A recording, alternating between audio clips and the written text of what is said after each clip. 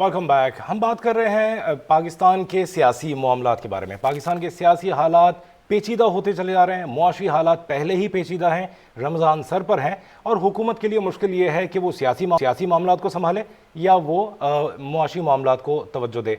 Opposition की जानिब से, पाकिस्तान तहरीक इंसाफ की जानिब से प्रेशर बढ़ता जा रहा है और जाहिर है कि इसी हवाले से जो है वो अवाम की भी दुहाइयाँ हम सुन रहे हैं। आज लाहौर हाई कोर्ट से पाकिस्तान तहरीक इंसाफ के चेयरमैन इमरान खान को एक बड़ा रिलीफ मिला है। 10 दिन की हिफाजती ज़मानत में तौसी की गई है। मुआशी मामलात पर, सियासी मामलात पर बात करेंगे। हमारे साथ सीनियर एंकर पर्सन सैफान खान मौजूद हैं, पाकिस्तान तहरीक इंसाफ के रहनुमा फिरदौस शमीम नक़वी साथ हैं और मुस्लिम लीग नून के रहनुमा दानियाल चौधरी साहब भी हमारे साथ हैं। सैफान से बात का आगाज़ करेंगे। सैफान, सूरत हाल पेचीदा से पेचीदा होती चली जा रही है। रमज़ान भी सर पर हैं, लोग चाहते हैं कि उनको मुआशी रिलीफ मिले। मुआशी मामलात, हुकूमत के ऊपर प्रेशर उसके हवाले से भी है। सियासी मामलात में भी मामलात जो है इंतहाई पेचीदा हैं। ताज़ा तरीन बात यह है कि PTI पर पाबंदी की बातें भी हो रही हैं। कैसे देखते हैं आप इस पूरी सूरत हाल को सैफान? देखिए, यकीनी तौर पर गैर यकीनी हम कह सकते हैं इसको, एक हैजान की कैफियत है, अनस्टेबल सिचुएशन है। इसमें जो बहुत अहम जुज़ है जिस पर तमाम अगर कहा जाए कि नज़रें हैं, वो ये सियासी मामला और अदालती मामला तो चल ही रहे हैं। वो यकीनी तौर पे हुकूमत की पूरी कोशिश है कि हम किसी तरह जो IMF का स्टाफ लेवल एग्रीमेंट है उसको हम पूरा कर सकें, यानी उस तक हम पहुंच सकें। और वहीं पर अभी तक हमने देखा है गुज़श्ता कई हफ्तों से ये एक कैफियत है कि इस हफ्ते होगा या अगले हफ्ते होगा या मौजूदा हफ्ते नहीं तो अगले हफ्ते हो जाएगा। तो ये, और उस पर भी चहमो गोइयाँ बीच में न्यूक्लियर एसेट्स के बारे में आया, फिर वज़ीर ख़जाना ने उसकी क्लैरिफिकेशन दी कल मिनिस्ट्री ऑफ फाइनेंस की तरफ से कि ऐसा कोई ताल्लुक नहीं न्यूक्लियर एसेट से, टेक्निकल लेवल टॉक्स चल रही हैं। और आपने दुरुस्त कहा, महंगाई, क्योंकि आप देखें तो SPI जो वीकली इंडेक्स होती है वो 45% पहुँच चुकी है। CPI नए नंबर्स अपने रिकॉर्ड्स ब्रेक कर रही है और रमज़ान सर पर है। ऑलरेडी सप्लाई चेन आप देखते हैं तो उसमें रमज़ान में और डिस्टर्ब होती है। तो ये तमाम चीज़ें एक बड़ा इम्पैक्ट आनी है। लेकिन इस पूरे सिनेरियो में मुल्क के अंदर ये बहस इस पर चल रही है जो पहले चल रही थी कि 90 दिन में इंतखाबात होंगे या नहीं होंगे, और अब चल रही है कि इमरान खान साहब गिरफ्तार होंगे या नहीं होंगे, या अब कौन कौन मजीद गिरफ्तार होगा या नहीं होगा। तो ये इस पर हम देख रहे हैं मामला चल रहे हैं दोनों तरफ से, क्योंकि अगर हुकूमत का मौक़िफ़ भी जब भी हमने लिया है, और दानियाल चौधरी साहब भी साथ हैं, नफ़ी साहब भी साथ हैं, तो हुकूमत ने हमेशा यही कहा है कि हमने तहम्मुल का रवैया इख्तियार किया है। हम नहीं चाहते कि हम अदालती मामलात में दखल दें, अदालत के प्रोसेस के तहत इमरान खान साहब गिरफ्तार हों, ये ना लगे कि हम कोई इंतकामी कार्रवाई का निशाना उन्हें बना रहे हैं, और फिर उसके दूरस्थ सियासी नताइज भी हो सकते हैं। लेकिन अब हमने ये भी देखा कि फिर जो हमने गुज़श्ता कुछ दिनों में 15 मार्च 18 मार्च को देखा, और फिर जुडिशल कॉम्प्लेक्स में जो हुआ कि उसके बाद पंजाब की जो केयर टेकर गवर्नमेंट है उसने तो कैटेगोरिकली कहा कि अब जो कानून हाथ में लेगा उसके साथ सख्ती से निपटा जाएगा। वफाकी हुकूमत भी कल सर जोड़कर बैठी थी। ये क्या सोच रहे हैं हिकमत अमली, यकीनी तौर पर दानियाल चौधरी साहब बता सकते हैं कि अब क्या रियासत वाकई में कानून को जो हाथ में लेगा उसके साथ सख्ती से निपटेगी, या मजीद तहम्मुल का मुजाहिरा ही बरता जाएगा? दानियाल चौधरी साहब। बिस्मिल्लाहिर्रहमानिर्रहीम। देखिए जी, सबसे पहले तो जो आपने बात की रियासती दहशतगर्दी के, जो PTI की हुकूमत दहशतगर्दी कर रही है और जो सलूक करती रही है, उसको अब वाकई ही ये गवर्नमेंट का ये एक तो क्योंकि इंटरिम सेटअप है पंजाब में और वो डील किया जा रहा है, वो जिस तरह कर रहे हैं कि उनकी एक पहली तरजीह थी या पहली कोशिश थी कि जो जानी तहफ़्फ़ुज़ या माली तहफ़्फ़ुज़ लोगों को दिया जाए। यहाँ किसी के साथ सवाए उन पुलिस ऑफिसर्स के पास डंडे के अलावा कुछ नहीं था, और उनको था कि शायद इमरान खान को उनके साथ कोऑपरेट करेंगे, उनके साथ देखेंगे। लेकिन अनफॉर्चुनेटली अब जो गुंडागर्दी, जो जलाओ घेराव, जो आग लगाना, इसके बाद तो I think writ of the state, अगर तो अब स्टेट रिएक्ट नहीं करेगी तो फिर स्टेट नहीं रहती। वो फिर उसको कुछ और नाम कह दें, उसको स्टेट ना कहें। कि अगर आपके पुलिस वालों को रोज़ आके मार रहे हैं, कभी उनकी गाड़ियां गिरा रहे हैं, यहाँ कंटेनरों से और क्रेनों से आप जो है सरकार को दरिया से लाहौर के कनाल से निकाल रहे हैं, तो फिर head of the state is not there. और देखिए, इनके साथ जो शापर अनासर हैं, they are trained to do this. ये पहले भी करते रहे, जलाओ गिराओ। और इमरान खान की सियासत का वतीरा ही ये है कि डिवाइड करो, ख़राबी मचाओ, गंद मचाओ।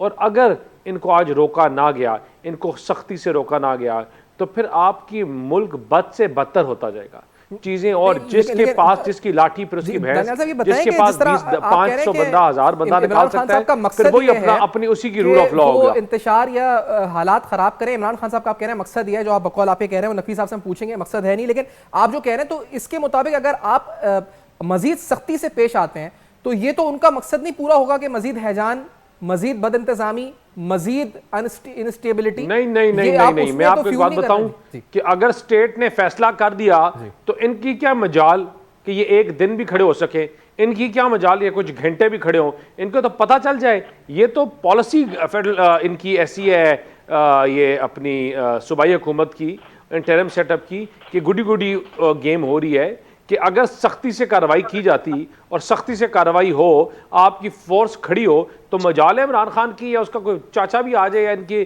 10,000 बंदे भी और आ जाए, इनकी मजाल है कि हिल सके? ये तो मतलब आप ये हमारे हवाले कर दे और कहे यार कि आप लोग जाके इनको ठिकाओ, उनको ठीक करो, तो ये तो इससे बेहतर हम मैनेज कर लेते। ये क्या तरीका कि आपका जो बंटे लेके, बंदूकें लेके, गोलियां लेके, मतलब जो चीज़ है, जो ईंट इनको मारे उसका जवाब नहीं है, ठिका के जवाब दे। जो स्टेट का काम है, ठीक है, आप ज्यादती मत करें, आप किसी के ऊपर कोई तशद्दुद मत करें, लेकिन जो स्टेट की रिट है, मुझे बताया ना बरतानिया में, अमेरिका में, जिसकी एग्जांपल्स देते हैं, वहां लीडर्स ऐसे करते हैं कि जब आपको कोर्ट, इमरान खान का मसला है क्या भाई? मसला ये है कि उसकी अना, वो उसको समझ नहीं आ रही कि कोर्ट्स इतने, ये इनकी हिम्मत कैसे कि मुझे बुला रहे हैं, इनकी हिम्मत कैसे कि मुझे कर रहे हैं, और उनको बुला के करके ये प्रेशर टैक्टिक्स, कोर्टों के दरवाजे तोड़ना, कोर्टों के शीशे तोड़ना, उनकी वहाँ बदमज़गी करना, वहाँ के उनकी गाड़ियाँ जलाना पुलिस ऑफिसर्स की, that is what he wants. ठीक है, अच्छा, तो ये इस बात पर आपको पता है कि वफाकी हुकूमत दानिश साहब, मैं ये जो आपकी राय है ये हम समझेंगे, क्योंकि जो एक इजलास भी कल हमने सुना था हुआ था, फिर आपके तमाम इत्तेहादी जमातें they are all on board के अब रियासत को सख्ती से निमटना है, किसी किस्म के भी ऐसे अनासिर को जिनको आप कह रहे हैं शरपसंद है, उनको हम तक़वियत देने की कोशिश या किसी तरह भी उन पर हल्का हाथ नहीं रखेंगे। ये आपका बिल्कुल बिल्कुल on board, and they should be on board as well. मतलब जहां तक फेडरल गवर्नमेंट है कि नो ब्लैकमेलिंग, या इसके ऊपर दे should B zero tolerance on कि अपनी अफवाज को, अपने क्या नाम है, अपनी पुलिस फोर्स को हम डीमोरलाइज करें। जीरो टॉलरेंस कि आप किसी फौज ने, इसी पुलिस फोर्स ने दहशतगर्दी को भी फेस करना है, इसने और लॉलेसनेस को भी फेस करना है, इन्होंने मलेशिया को भी फेस करना है। अगर इस तरह के जत्था कोई उठ के आ जाए, मॉब उठ के आ जाए और वो कहे कि मैं अपनी मर्जी करूंगा, मैं एएसपीज को मारूंगा, मैं डीएसपीज को मारूंगा, हम आग लगाएंगे बिल्डिंग्स के, that is not acceptable at any cost. ठीक है, तो नकवी साहब, आप अपने आप को फिर थोड़ा सा आप अपनी पॉलिसी रिवाइज करेंगे क्या, थोड़ा बैकफुट पे जाएंगे? क्योंकि अब ये कह रहे हैं कि वफाकी हुकूमत, और कह रहे हैं दे शुड बी ऑन बोर्ड, तमाम इत्तेहादी भी, कि अब आपके साथ सख्ती से अगर कोई ऐसा होता है जो शरपसंदी अगर मुबैना तौर पे जो कह रहे हैं कि आप लोगों पे इल्जाम लगा रहे हैं, तो फिर हम वो कह रहे हैं कि हम सख्ती से निपटेंगे आपके साथ। नकवी साहब, देखिए, बात सारी है कि इस वक्त हमें तो ये नजर आ रहा है कि पुलिस जो है वो एक पार्टी का ऑर्गन बन गई है, स्टेट का ऑर्गन नहीं है। इससे कि वो निहत्ते शहरियों पे डंडे बरसाना, देख लीजिए ना, इमरान खान साहब के जमान पार्क के घर के अंदर लॉन में क्या हो रहा था। वो एक खातून को लेके आते हैं, दिखाते हैं जनरल सफदर भट्ट की बेटी को कि वो वहां की रिहायशी हैं, जो कि नहीं है। जब इस किस्म के काम पुलिस करने लगेगी तो वो पार्टीजन कहलाएगी। और जो ये स्टेट की रिट कायम कर रहे हैं, तो याहिया खान ने भी ईस्ट पाकिस्तान में स्टेट की रिट कायम की थी। याहिया खान भी तारीख का हिस्सा बन गए, और वो जो स्टेट की रिट को कायम करने की कोशिश की जा रही थी, वो पाकिस्तान में बदतरीन अल्फाज से याद की जाती है। ये जिसको आप कह रहे हैं तशद्दुद, ये कह रहे हैं ये तो हमने हल्का हाथ रखा है, ये आपने सुना रहमान रिपोर्ट, वो कह रहे हैं ये तो हमने हल्का हाथ रखा है। ये अभी दानिश साहब कह रहे थे कि अभी जो हुआ है ये तो हल्का हाथ रखा है रियासत में, और सख्त हाथ रख ले जो है, और सख्त। देखिए, बात सारी है, जमहूरियत के अंदर हम नालायक, हम नाअहल, हमने इकोनॉमी तबाह की, हम जो है वो दहशतगर्दी कर रहे हैं, हम जो है स्टेट के अंदर स्टेट विद इन स्टेट बनाने की कोशिश करें, और पाकिस्तान के अवाम हमारे साथ खड़े। साबित कर दो ना, इलेक्शन करवाओ और साबित कर दो। ये क्या है कि जरदारी का बेटा जो है वो जुल्म सितम ढाता रहे? ये कौन सा तरीकाकार है? इससे कि एक तो आपने पार्टीजियन चीफ मिनिस्टर को किसने सेलेक्ट किया? किसने? इलेक्शन कमिश्नर साहब ने। और देख लीजिए वो बिहेव कैसे कर रहा है। If this is what you think so is a fair caretaker setup, तो अच्छा, आपने यहाँ पे भी अपनी कराची में जब एहतजाज होता, आपने तकरीर में अपने कहा था कि इमरान खान साहब हमारी रेड लाइन है, अगर अब रेड लाइन क्रॉस होती है तो हम बाहर निकलेंगे। तो अभी भी यानी आपकी हिकमत अमली चाहे कराची हो, लाहौर हो, इस्लामाबाद हो, वो यही रहेगी कि अगर इमरान खान साहब की तरफ बढ़ती है पुलिस, इमरान खान साहब की तरफ बढ़ती है रियासत, तो आप यही करेंगे जो पहले हमने देखा एपिसोड्स हुए हैं, जो क्लैशेस भी हुए हैं, उससे पीछे चीज पर। जी जी नहीं, देखिए, अगर ऑन अ सीरियस लेवल पे कोई गुफ्तगू हो रही है जी तो वो सीरियस लेवल गुफ्तगू का ये है कि इस वक्त ये government is caught in a problem and the state is in a problem. इससे कि इलेक्शन पोस्टपोन करने का कोई ऑप्शन नहीं है। जो कोई भी इलेक्शन को पोस्टपोन करेगा वो गैर आईनी हरकत करेगा, चाहे वो केपी का हो चाहे पंजाब को। Constitution is very clear on it. और मैं तो ये समझता हूँ कि सुप्रीम कोर्ट को सोमोटो लेना नहीं चाहिए था, डायरेक्ट डिसीजन देना चाहिए था। It's that clear. अच्छा, अब क्या होगा जब पंजाब में और केपी में लेट्स से किसी की भी हुकूमत आ जाती, वहां फिर अब दोबारा केयर टेकर सेटअप नहीं आ सकता। जी और फिर जो अगला इलेक्शन जब नेशनल असेंबली का अगर ये वक्त पे करते हैं तो अक्टूबर में, उस वक्त जब इनके खिलाफ नतीजा आएगा तो ये कहेंगे कि जी धांधली हुई है, ये हुआ है, केयर टेकर सेटअप नहीं है। They are caught between a rock and a hard place.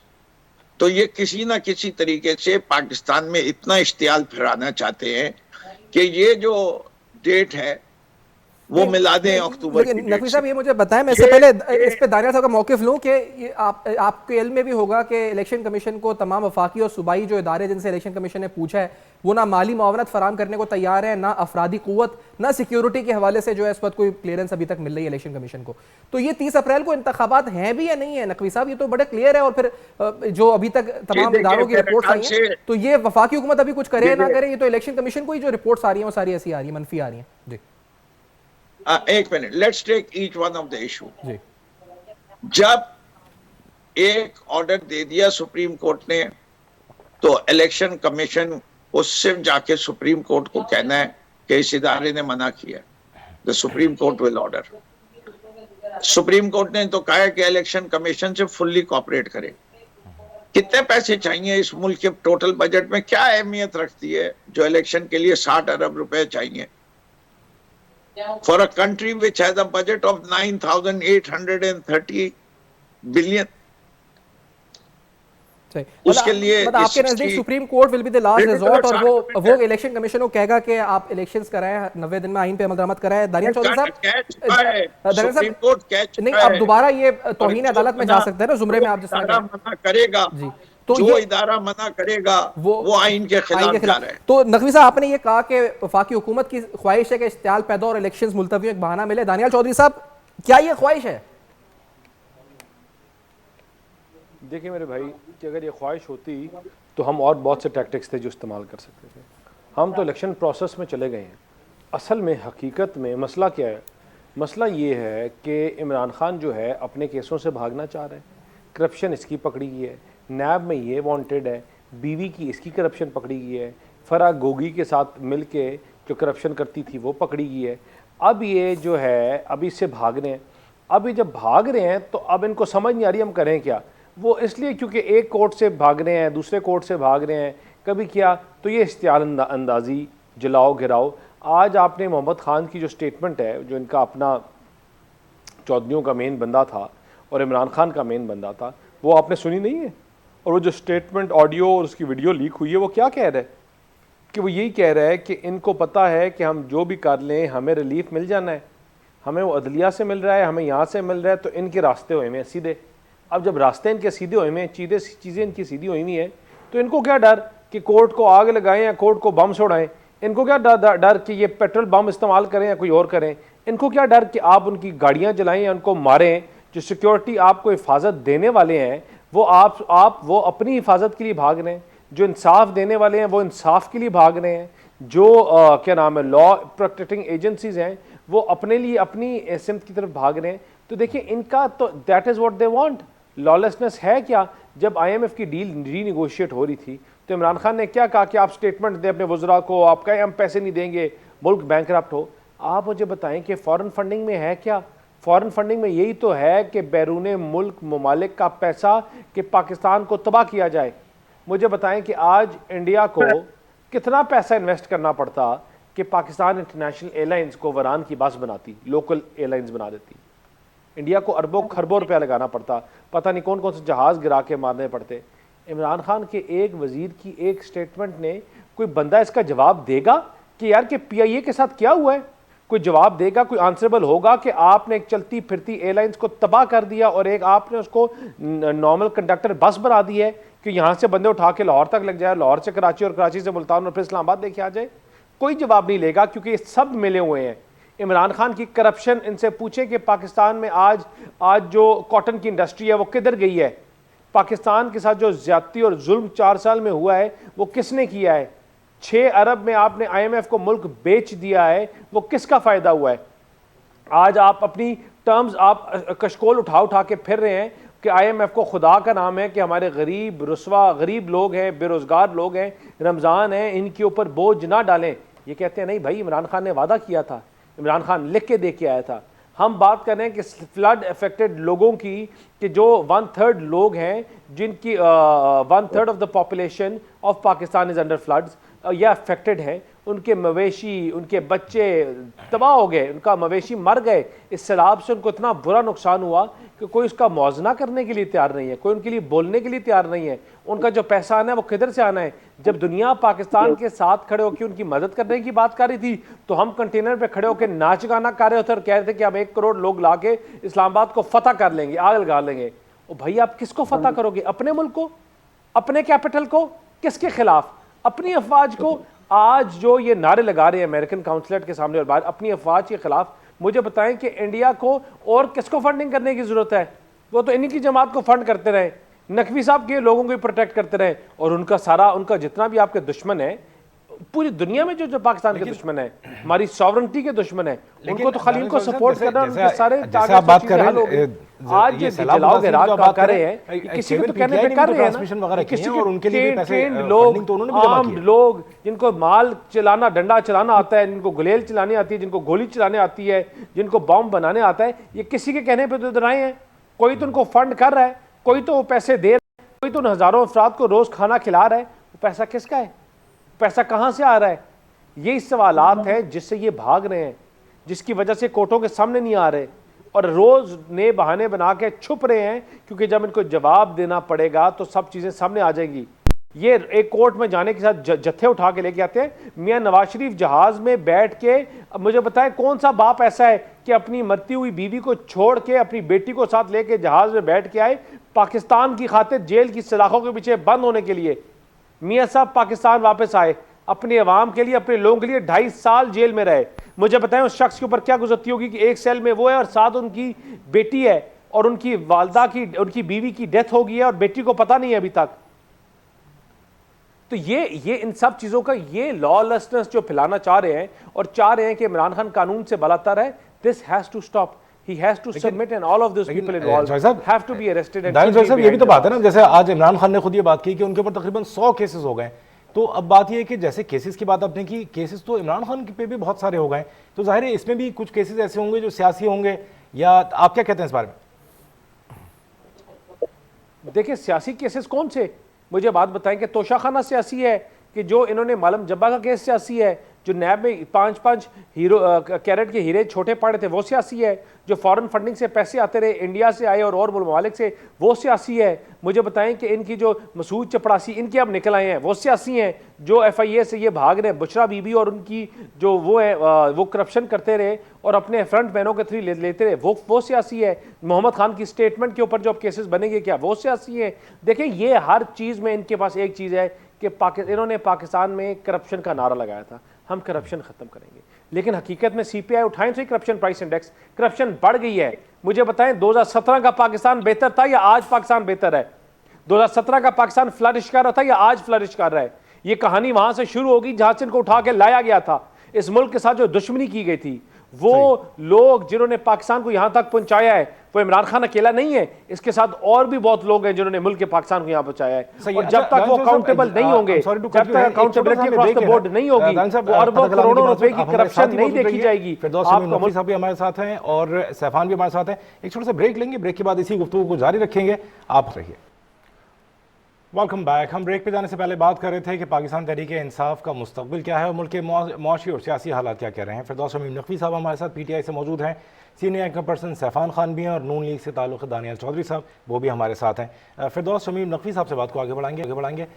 फिरदौस शमीम नकवी साहब, इमरान खान साहब ने कहा कि मेरे खिलाफ 100 केसेस हैं और दानियाल चौधरी साहब ने कहा कि भाई जो केसेस हैं उनकी अपनी कोई बुनियाद है और ये हुकूमत ने कायम नहीं किए, सियासी केसेस नहीं, ये मौजूदा केसेस हैं। तो इसके ऊपर आप क्या कहेंगे?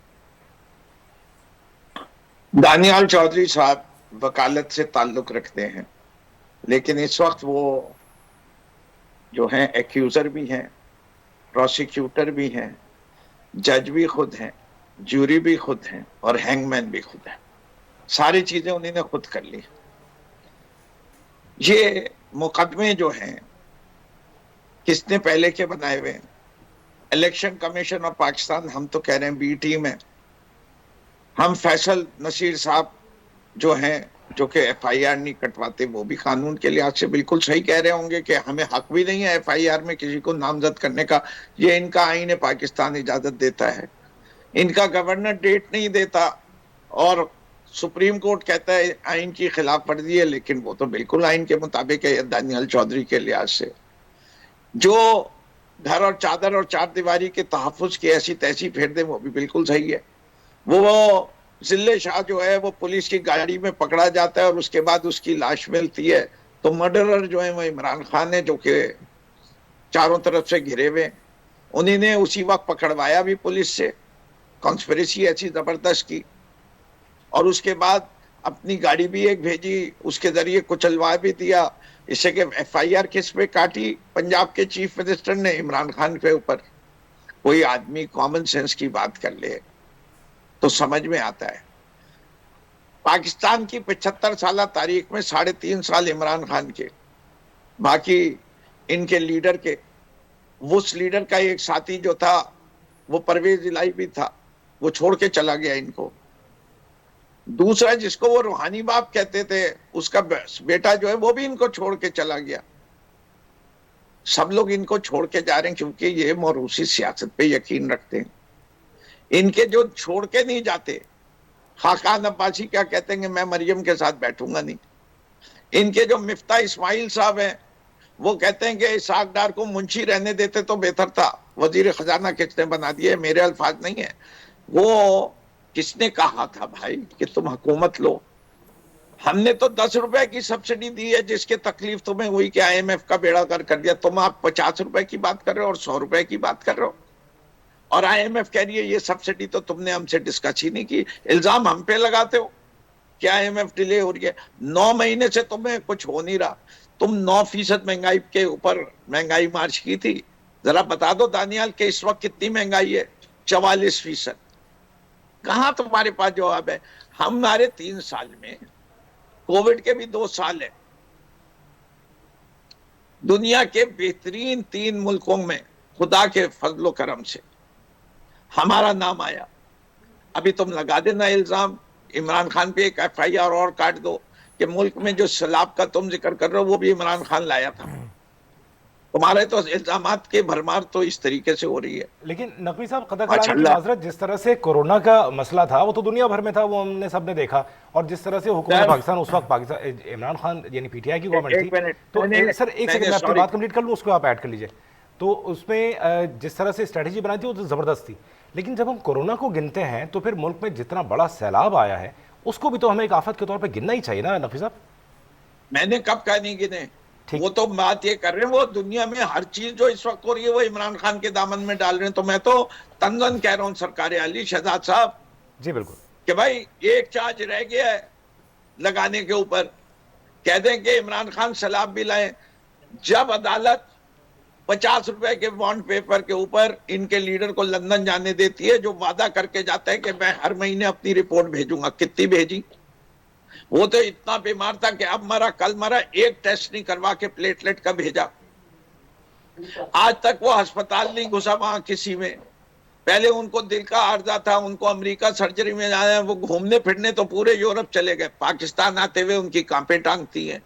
बड़ी मोहब्बत है। वो आए थे जेल के अंदर। क्या इसको हम ये रीजन समझें कि आप अदालतों में इसलिए पेश नहीं होना चाहते? वेंटिलेटर पे कितने अरसे रखा गया, सियासी फायदे उठाने के लिए वो गिरी हुई बातें होती है। मैं तो ये जानता हूं जो जिंदा है, उससे जब उसको अदालत में गया तो उसने कतरी खत लाया है। 4 दफा कौम से खिताब करके कहा था मैं एक एक चीज की पेपर ट्रेल दूंगा। कतरी खत वो है पेपर ट्रेल, हुदैबिया पेपर मिल, कतरी खत, पनामा का केस इमरान खान ने ढूंढ के लाया था। सर लेकिन सजा तो पनामा में उस पर हुई ही नहीं ना। अब जो अदालती कार्रवाई है उसके ऊपर तुम क्या बात करें, लेकिन बरसों पुरानी बात है, सब जानते हैं कि उसमें पेपर ट्रेल एक्सेप्ट की गई या नहीं की गई, फैसला तो उस पर नहीं हुआ ना। फैसला तो एक खानों पे हुआ। फैसला जो है व्हाइट कॉलर क्राइम में दुनिया भर में ये होता है कि जो आदमी एक्यूज है उसे साबित करना होता है कि मैं जो चीज के ऊपर एक्यूज हूं वो मेरी लीगल मीन से आया हुआ है। झूठ व्हाइट कॉलर क्राइम को साबित करने का कोई और तरीका नहीं है। ये लोग एवनफील्ड अपार्टमेंट, ये बता दीजिए ना, अगर ये इतने अच्छे थे तो आसिफ अली जरदारी साहब ने क्यों नहीं जाने दिया यूसुफ रजा दिलानी को कि भाई लिख दो खत।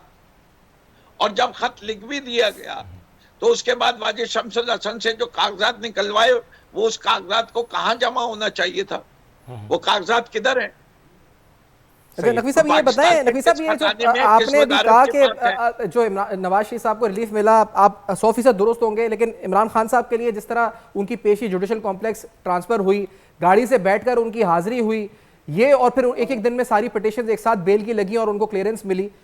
एक अदालत जो उनकी अपनी बेल पिटीशन के लिए सुबह से लेकर रात तक बैठी रही कि वो आएंगे तो हम उनकी जो एज ए पिटिशनर उनका बायोमेट्रिक करेंगे या उनको आइडेंटिफिकेशन करेंगे। जो तो ये सहूलत फिरदौस नकवी साहब आपको मुयस्सर है बतौर एक आम शहरी पाकिस्तानी, या मुझे मुयस्सर है? मुझे ये बताइए, एक आम शहरी पाकिस्तान को कोई कन्विक्टेड जा सकता है मुल्क से बाहर?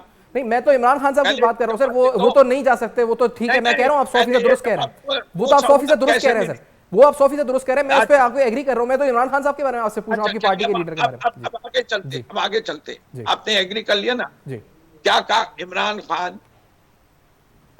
वो 25 नवंबर के कातिलाना हमले से पहले किस किस अदालत के अंदर नहीं गया? तारीख बता दो, बताओ ना, चैलेंज कर रहा हूं, सबको बताएं, हर जगह गया। उसके बाद क्या प्ली ले रहे हैं? और मैं आज भी प्ली ले रहा हूं कि मैं अपने लीडर की जान को खतरे में नहीं डालूंगा। बेनजीर के कातिल पकड़े नहीं गए, लियाकत अली खान के कातिल नहीं पकड़े गए, पुलिस ने मारा मुर्तजा भुट्टो को, उसके खातिर कौन सा ऐसा हाई प्रोफाइल शख्स है जिसकी जान को खतरा नहीं है? ये तो जाहिर है हम दहशतगर्दी का शिकार मुल्क है ना। तो फिर जब इलेक्शन की बात होती है तब आप भी कहते हैं कि कोई खतरा नहीं है और इलेक्शन होने चाहिए, और जब आप अपने इमरान खान साहब की जब बात आती है तो उनको आप अदालत में पेश करने को तैयार नहीं है। ये तो कॉन्ट्राडिक्टरी बात होगी ना। एक शख्स बुलाया जाए अदालत इस्लामाबाद में, तरनौल पे रास्ता रोक लिया जाए, काफिलों को रोक लिया जाए, ये कहाँ की शराफत है?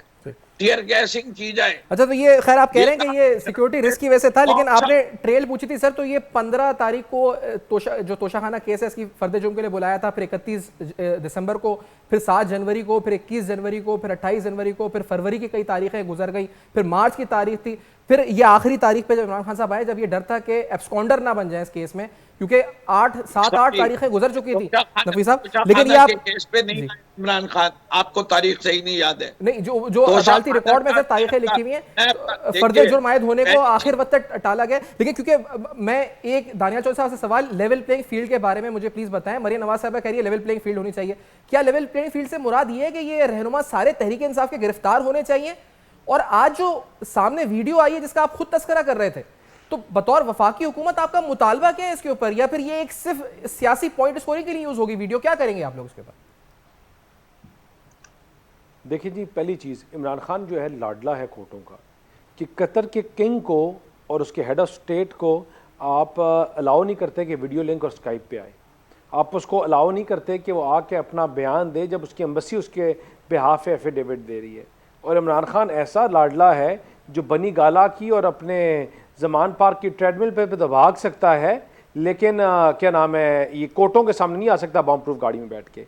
मसला असल में है क्या, इमरान खान की देखें, ये इमरान खान की जो जमात है, ये लाशों, इमरान खान अब करना क्या चाह रहा है बेसिकली, ये लाशों पे सियासत, जो हुआ कि वो बच्चा फौत हुआ या शहीद हुआ या जो भी हुआ, एक सियासी वर्कर था, इसके ऊपर स्टेटमेंट्स देना करना, इन ये लाशें रख के सियासत करना, झूठा रोना, उसके वालिद को बुला के वो स्टेटमेंट्स हमने देखी। इमरान खान को गोली लगी 5 जब जलसे में सो कॉल्ड गोली लगी, ये उसके करीबी किसी अस्पताल में नहीं गया, ये भागते भागते भागते 4 घंटे दूर शौकत खानम में आ गया गोली लगी। असल में मसला क्या है, वो कहते हैं ना इंडियन फिल्मों में कि प्यार से डर नहीं लगता, थप्पड़ से लगता है।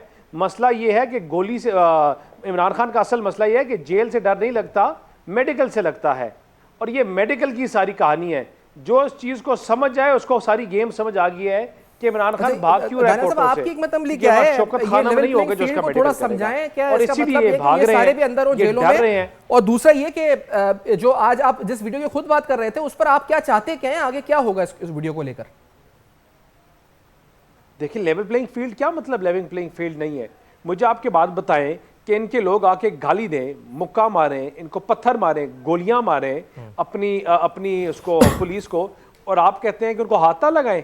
आप हमें बताएं कि हमारा कौन सा वजीर, हमारी जमात का कौन सा बंदा, ये चादर चार दीवारी के तहफ़्फ़ुज़ की बात कर रहे थे भाई, मेरी शादी के दिन, मेरे वलीमे के दिन इन्होंने छापे मारे। वक्त की कमी है, हमें यहीं रोकना पड़ेगा। फिरदौस शमीम, बहुत शुक्रिया आपका। दानियाल चौधरी साहब, आपका भी बहुत शुक्रिया। सैफान खान भी हमारे साथ मौजूद थे, आपका भी बहुत शुक्रिया। मुल्क के सियासी हालात मुसलसल पेचीदा होते चले आ रहे हैं। हुकूमत के लिए मुआशी तौर पर भी मुश्किलात बढ़ती चली जा रही हैं, महंगाई आसमानों को छू रही है। इसके बारे में कल फिर मज़ीद बात करेंगे, आप देखते रहिए अब तक।